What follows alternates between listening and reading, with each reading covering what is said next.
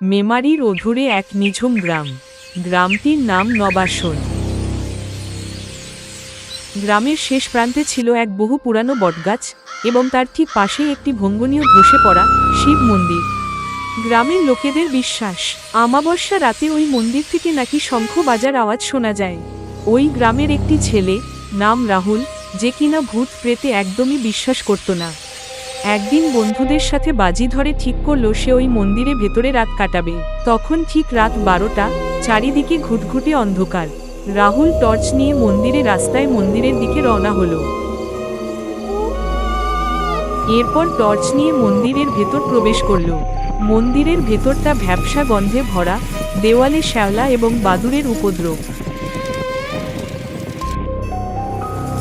সে মন্দিরের এক কোণে বসে ফোনের মধ্যে গান চালিয়ে দিয়ে বিশ্রাম নিতে শুরু করেন। হঠাৎ সে এক ধরনের কান্নার আওয়াজ শুনতে পায়। উঠে দাঁড়িয়ে এদিন ওদিক খোঁজার চেষ্টা করে। হঠাৎ চারিদিক ধোঁয়াতে ভর্তি হয়ে যায় এবং সাদা পোশাক পরিহিত একটি মেয়ে সামনে আসলো, আবার উধাও হয়ে গেল। সে নিজের প্রাণ বাঁচানোর জন্য দৌড় দিতে শুরু করলো। ঠিক তখনই দেখল মন্দিরের সামনে ভাঙা শিবলিঙ্গটার উপর ভয়ঙ্কর মূর্তি বসে আছে। তার মুখটা রাহুলের মুখোমুখি হলো। রাহুল আর এক মুহূর্ত দেরি না করে দৌড়ে মন্দিরের বাইরে এলো, কিন্তু বাইরে বেরিয়ে সে স্তব্ধ হয়ে গেল। সে দেখল গ্রামের পরিচিত মেঠো পথটা আর নেই।